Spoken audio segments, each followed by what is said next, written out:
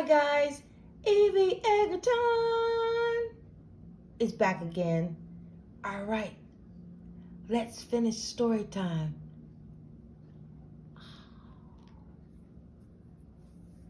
Sneakers, the Seaside Cat by Margaret Wise Brown, illustrated by Mortimer.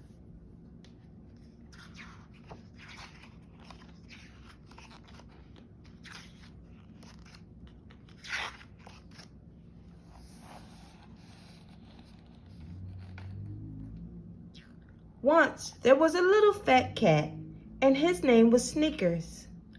He had 4 white paws, and almost all of the rest of him was inky black. He lived with a little boy and his father and his mother. One day, the little boy and his father and his mother went to the seashore.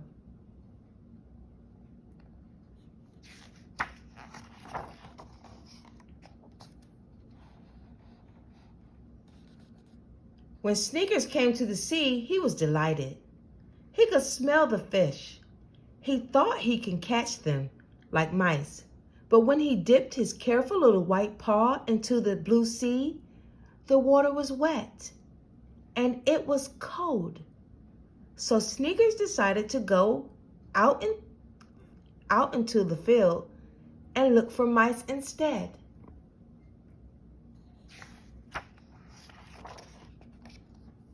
The field was full of butterflies, so Sneakers chased one. But the sea was bothering him. All around him, he could smell it, beyond the smell of the pine trees. And he could feel it. It excited him. And way off, he could still hear it. Boom, boom, boom.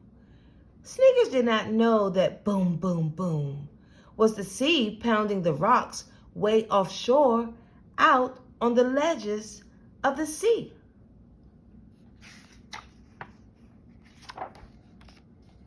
Then he heard, ha, ha, ha, scree, scree. He wondered what it was. First, it was a shadow. Then it was a bird. Only it was such a big bird. It didn't seem very frightened of a little black cat with white paws. Sneakers didn't like to think about birds who are not afraid of cats, so he went for a walk on the beach.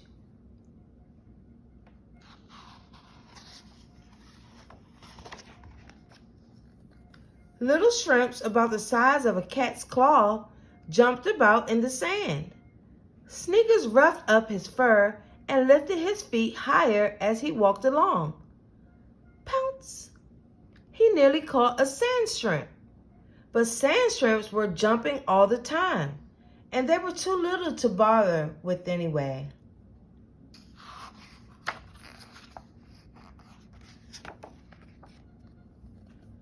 Then up ahead on the yellow sand, Sneakers saw something. It was yellow and pink on the outside. Sneakers had never seen anything that shaped before. Then he crept up to it and peeked in. There was nothing in it. He put his head down to it and listened.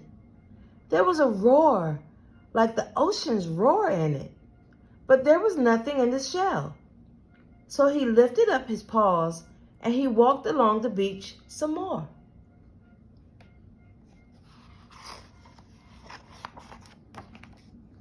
He saw a big flat thing with long bent legs.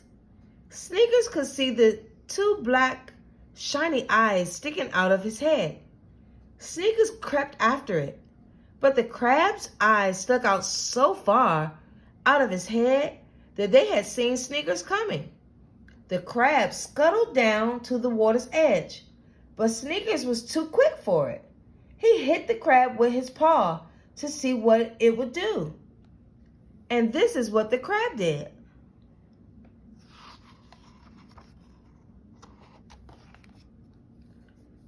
The crab shot out one of its long bent legs and grabbed a hold of Sneakers' little white paw in its crab claw.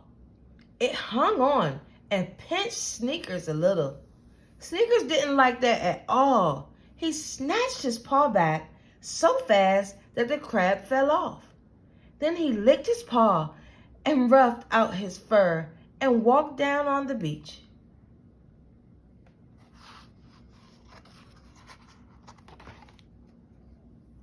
Something was happening in the air. The air was wetter and heavier. Sneakers could feel it on his tender little nose.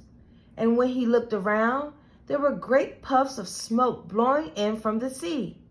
They smelled of the sea and came drifting in puffs as big as clouds, until you couldn't see the sun anymore.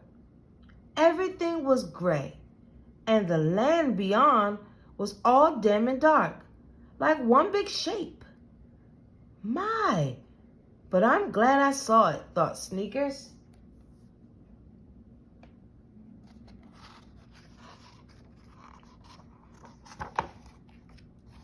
In the morning, it was still foggy. Down in the depths of the sea, the fish swam slowly, and the starfish pointed their spiky arms. Lobsters crawled into lobster pots, and sea urchins clung to the rocks. Then the sun came out of the gray and drove the fog away. It was low tide, and all around was seaweed. Then Sneakers heard a little sound. It was like creaky breathing. It was the seaweed popping. My, I'm glad I heard that, said Sneakers. And he sat and warmed himself in the sunlight and watched the light on the waves.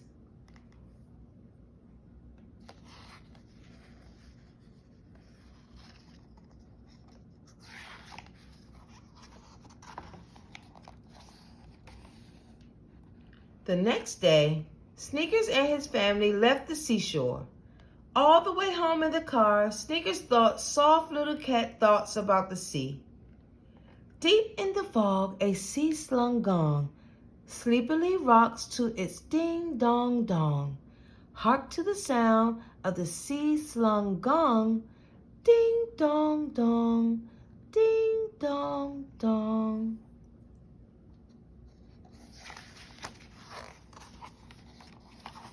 The end.